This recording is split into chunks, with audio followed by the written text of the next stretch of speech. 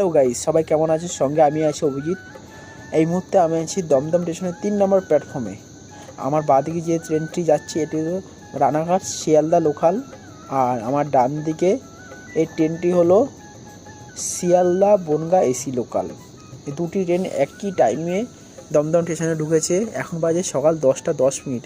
এত সুন্দর দৃশ্য কেউ কোনোদিন দেখেছো? আমি হয়তো কেউ দেখোনি। কেউ যদি দেখে দেখো কমেন্ট করে জানাও।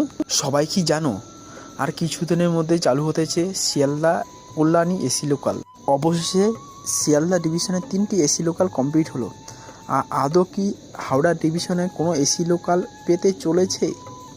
শিয়ালদা ডিভিশনের সাউথের জন্য এখনও 2টো এসি লোকাল প্রয়োজন, আর হাওড়া ডিভিশনের জন্য এখনও 3 থেকে 4টে এসি লোকাল প্রয়োজন।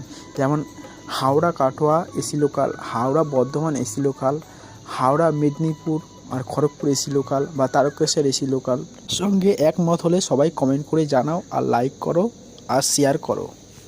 তোমরা কি জানো মেট্রোর থেকে এসি লোকালের ভাড়াটা পরিমাণে বেশি?